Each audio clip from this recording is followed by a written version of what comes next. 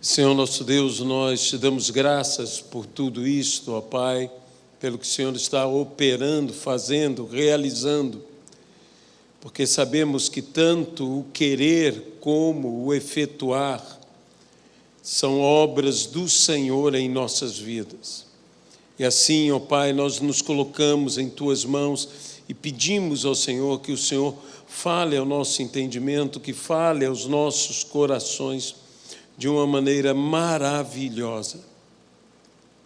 No nome de Jesus Cristo. Amém e amém, Pai. Eu convidaria você a abrir a sua Bíblia no Evangelho segundo Mateus, no capítulo de número 2, e deixasse aí aberta a palavra do Senhor. Nós estamos nessa época de comemorações natalinas, celebrações, mas infelizmente essa festa que é o Natal tem se tornado uma festa estranhamente aonde aquele que deveria ser a figura principal é como se fosse o aniversariante numa festa em que todos os convidados celebram, todos os convidados comem, todos os convidados trocam presentes, mas o aniversariante fica do lado de fora. O que não deveria ser estranho a nós, porque em Apocalipse nos fala da igreja de Laodiceia, e é dito que o Senhor Jesus assim diz, que está à porta e bate. E se alguém ouvir a sua voz e abrir-lhe a porta, ele entrará. De modo que o Senhor, estando do lado de fora do lugar que ele deveria estar, do lado de dentro. Mas qual, biblicamente, é o espírito que deveria nortear as celebrações, se podemos chamar assim, do nascimento de Jesus? Houve festa nos céus, houve celebração, mas há um texto que me chama muita atenção e que nós deveríamos nos dedicar mais a viver a verdadeira celebração que agrada ao Senhor. A Bíblia nos fala sobre a visita daqueles magos, aqueles reis do Oriente, e nos diz, no versículo 2 do capítulo 2 do Evangelho segundo Mateus, e perguntavam: onde está o recém-nascido Rei dos Judeus?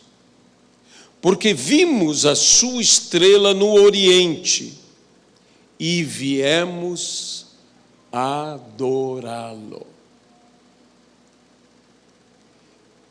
Esse deveria ser o âmago, ou mesmo o cerne, de nossas celebrações. Adorar ao Senhor Jesus Cristo. Deveria ser muito mais do que celebrar, muito mais do que festejar, muito mais do que comidas, do que presentes. O que deveríamos estar fazendo é adorá-lo. Jesus mesmo disse no Evangelho de João, aquela samaritana disse: vem a hora, e já chegou, em que os verdadeiros adoradores adorarão ao Pai em espírito e em verdade. Porque Deus é espírito e importa que os seus adoradores o adorem em espírito e em verdade. Estes homens, que não sabemos quantos eram, eles vieram de longe. É interessante que cada um de nós deveria brilhar exatamente como a estrela de Belém. A estrela de Belém brilhava guiando. A estrela de Belém guiava anunciando. A estrela de Belém guiava trazendo boas novas. Eu diria, a estrela de Belém evangelizava. A Bíblia diz: mas recebereis poder ao descer sobre vós o Espírito Santo, e sereis minhas testemunhas, tanto em Jerusalém como na Judeia, em Samaria e até os confins da terra. Até as regiões longínquas. Jesus disse: ide e pregai o Evangelho. Diz a toda criatura, e ainda diz, fazendo discípulos de todas as nações, indo até onde? Até aos confins da terra.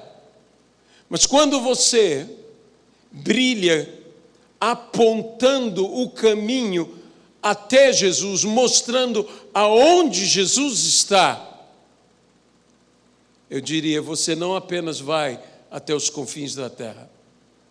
Os confins da terra vêm até aonde você está. Isso me maravilha nesse texto, porque diz que eles muito se alegraram, e diz, com grande e intenso júbilo, quando viram o quê? A estrela que os guiava, a estrela que os levava para junto do Salvador. E o que nós temos feito? Será que temos brilhado assim? A Bíblia diz que a descendência de Abraão seria como os grãos de areia da terra e como as estrelas no céu, incontáveis. Somos como as estrelas. E também temos que ser orientadoras, temos que ser estrelas guias, como foi a estrela de Belém. Temos que apontar o caminho para o Senhor. E o que isto provocará naqueles que estão buscando ao Senhor? Que estão buscando, mas não sabem aonde encontrá-lo. Que podem estar buscando no lugar mais equivocado. Que podem estar buscando no lugar mais errado. Isso provocará neles um grande e intenso júbilo, uma alegria. O mundo espera que apontemos aonde está Jesus. Que levemos os homens a adorar ao Senhor Jesus. A Bíblia nos diz que, entrando na casa, viram um menino com Maria, sua mãe. Prostrando-se, o adoraram. E abrindo os seus tesouros, entregaram-lhe suas ofertas: ouro, incenso e mirra. Adoraram, prostrando-se diante do Senhor, o reconheceram como rei. É interessante que não foi o ambiente que o identificou, foi o apontar da estrela, pois ela se deteve aonde estava Jesus. E nessa maneira sobrenatural, é no sobrenatural que as pessoas virão, que as pessoas reconhecerão, que as pessoas se entregarão ao Senhor Jesus Cristo. Eu orei ao Senhor, pedindo que Ele nos falasse nessa manhã, de uma maneira especial. Por quê? Porque a Bíblia diz que quando Jesus foi crucificado, nós não víamos nele formosura. Mas diz que quando ele fosse erguido, ele atrairia todos para si. A palavra é todos. Embora não haja formosura, há atraência, há atração. Ele possui atraência, mesmo que não possua formosura. Ele atrai para si. Ele atrai a todos. E isto é o quê? Se não há formosura, como atrai? Atrai no sobrenatural. É momento de nós, de uma vez por todas, nos abrirmos para o mover sobrenatural de Deus em nosso meio. Os confins da terra virão até aqui. Talvez você ache isso um pouco estranho de falarmos. Nós somos uma igreja que tem visão missionária. Nós somos uma igreja que entendemos que temos que enviar e que temos que suportar missões, dando apoio a todo o trabalho missionário na medida que nós podemos ajudar, mas nós temos que fazer. Nós temos visão de darmos suporte aos missionários, não apenas econômico, mas suporte emocional, apoio no trabalho. Nós estamos com esse projeto para o próximo ano de enviar a missionária Sandra, a evangelista Suzana, para que elas possam estar lá na casa da menina dos olhos de Deus, tanto na Tailândia quanto no Camboja. 5 obras que estão lutando para quê? Para resgatar vidas, para salvar pessoas, para tirar pessoas de um destino horrível e entregá-las a um destino maravilhoso, primeiro com Cristo Jesus, depois com a restauração de seu próprio futuro. Crianças, algumas delas vendidas como escravas, outras delas levadas à prostituição, sendo resgatadas de tudo isto.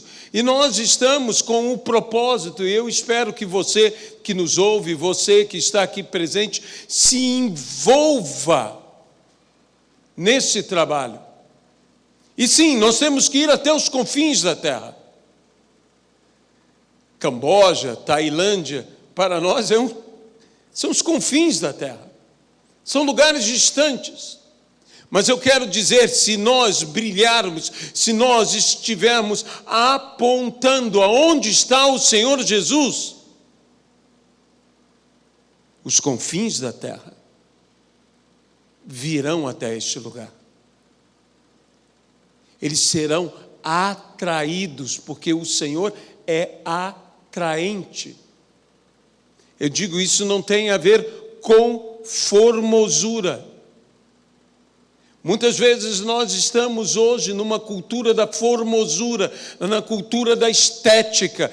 Nós estamos transformando os nossos templos, todos em relação à estética. Não é que formosura não seja importante.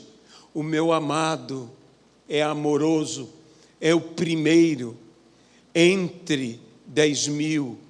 E então começa a se descrever o quê? A formosura do amado. A formosura tem sua importância, mas isso não implica em ser atraente. Nós temos que ter um elemento que atrai distinto, que é esse brilhar da estrela, que é esse mover da estrela, que nos levará a trazermos, a guiarmos todos os homens ao encontro com Cristo. Eu tenho dito e eu repito, que uma das coisas que me chama a atenção sobre a estrela, a chamada estrela de Belém,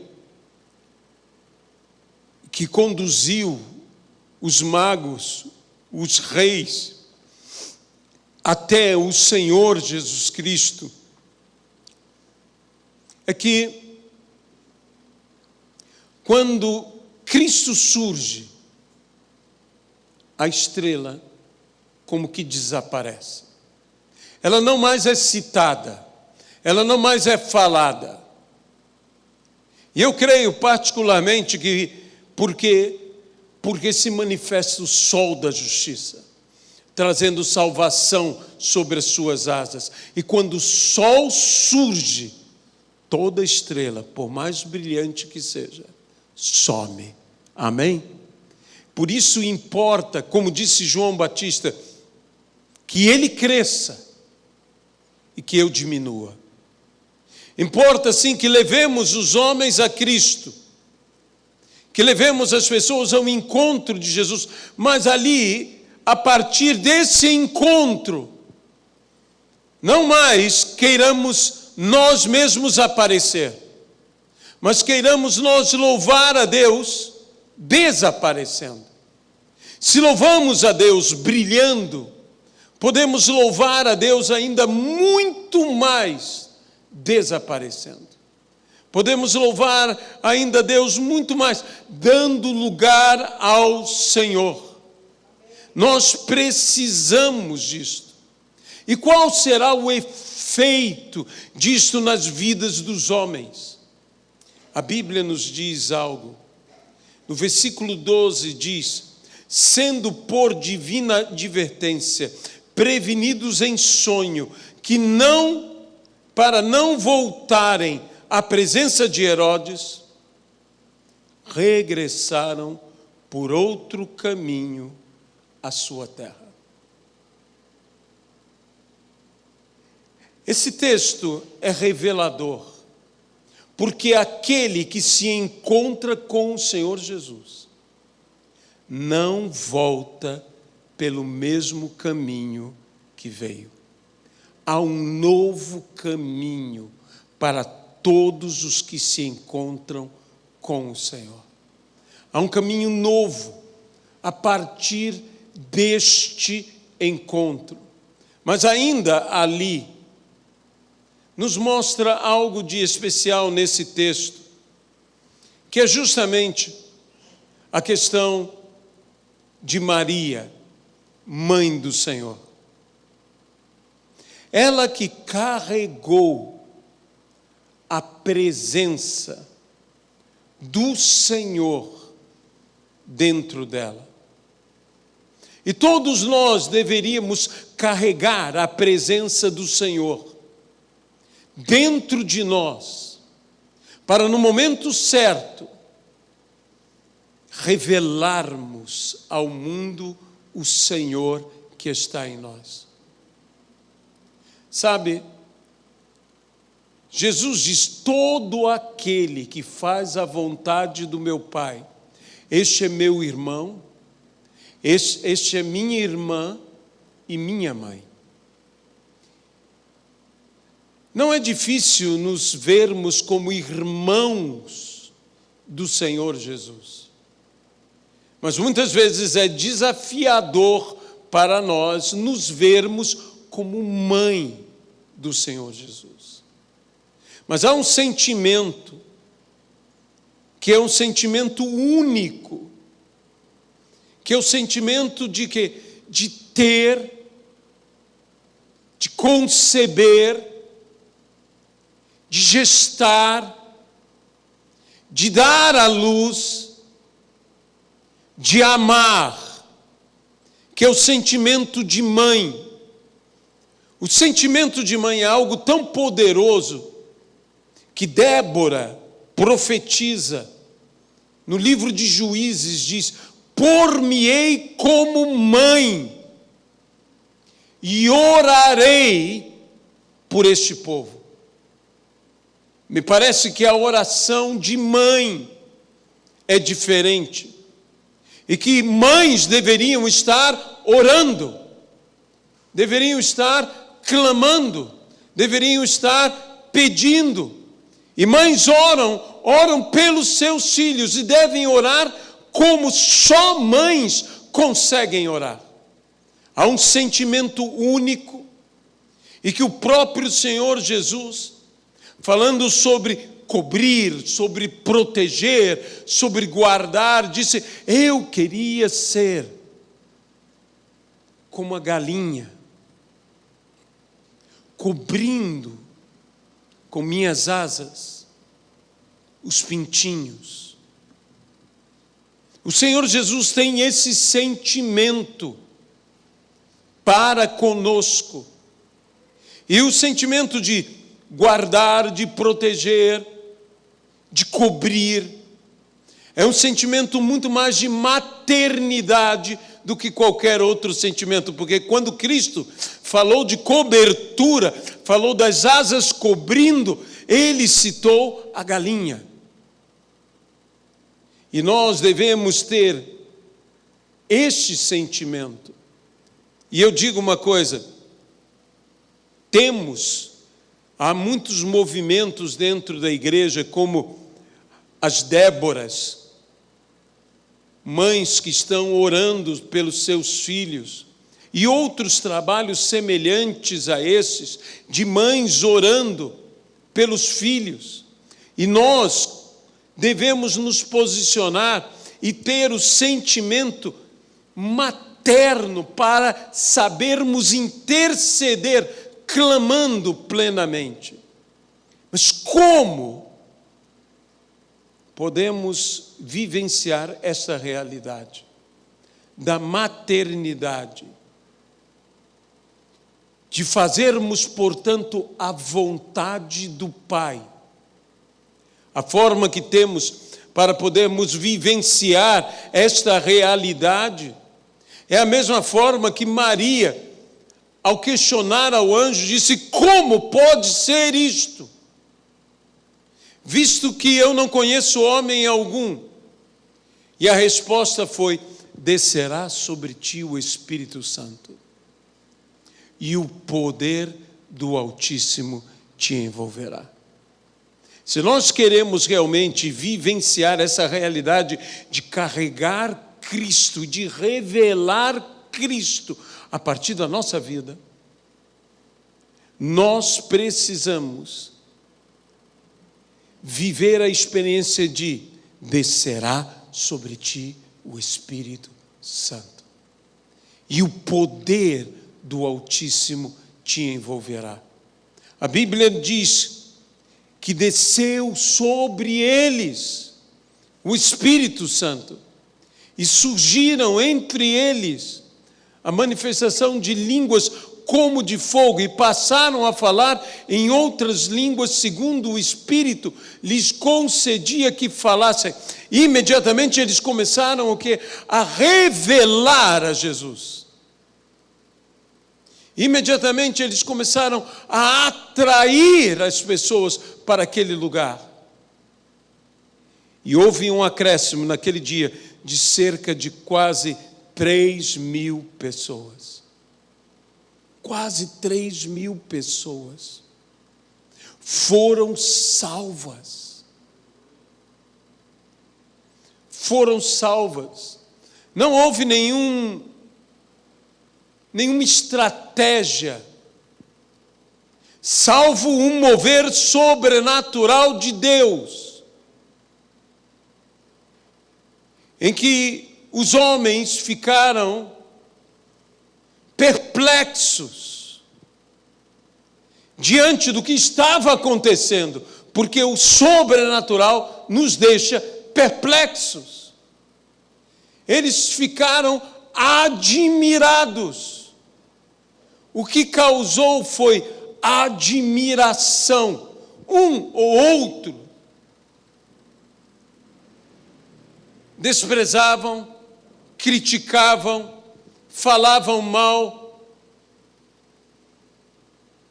mas a maioria se admirava. Havia admiração. Eles não conseguiam entender, eles diziam: o que é isto? O que é isto? Veja, aqueles homens, chamados de magos, aqueles sábios, nós sabemos, já que Herodes perguntou, ele com exatidão, quando foi que eles viram a estrela? E se Herodes matou as crianças de 2 anos para baixo, nós podemos imaginar, no mínimo, perto de 3 anos antes, eles viram a estrela. E eles começaram a buscar, uma busca de quase 3 anos, para fazer uma coisa: para adorar. Para adorar. E não apenas adorar, mas ofertar. Ofertar. Eles deram os seus presentes. Eles ofertaram. Aonde há um adorador, há um ofertante. Abraão, que era adorador, que aonde ele se detinha, ele levantava um altar, e no altar o que ele fazia? Um sacrifício. Ele entregava uma oferta.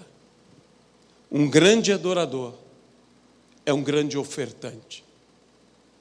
A Bíblia mostra que a igreja, nos seus primeiros passos, se diz, ninguém considerava nada exclusivamente seu. Vendiam propriedades e depositavam aos pés dos apóstolos. Eu acho interessante essas ofertas que deram ouro, incenso, mirra, que quando José e Maria foram ao templo apresentar Jesus, eles também deram a oferta com as rolinhas, com as pombinhas. Oferta que era considerada a oferta dos pobres. Mas se tinham ouro, alguns dizem que o ouro foi para a fuga no Egito. Se tinham ouro, por que não deram outro tipo de oferta? Porque veja bem, a Bíblia diz que tudo isto foi dado para Cristo. Que deram para Ele. Para Ele. E aí nos mostra o caráter de José e de Maria. Que o que é dado para Cristo é de Cristo. E esse é o caráter que Deus espera encontrar na igreja. Que o que é dado para Cristo é de Cristo. Não é nosso. Não pertence a nós. Pertence a Cristo. Talvez esse seja um dos princípios mais importantes para a igreja em nossos dias. O que é dado para Cristo é de Cristo. Na igreja, nos seus primórdios, chamada igreja primitiva, porque era a igreja que iniciava, disse, era colocada aos pés dos apóstolos. Como eu gosto dessa expressão, aos pés. Não era entregue às mãos dos apóstolos, ou nas mãos dos apóstolos. Porque quando se dá algo na mão, implica-se em estar dando para a pessoa. Mas quando se coloca aos pés, está na autoridade. para que aquele administre. Mas o que é de Cristo pertence a Cristo. E é isso que nós precisamos compreender, que o que é de Cristo pertence a Cristo. Talvez haja pessoas nos assistindo nesta manhã que estejam como os magos buscando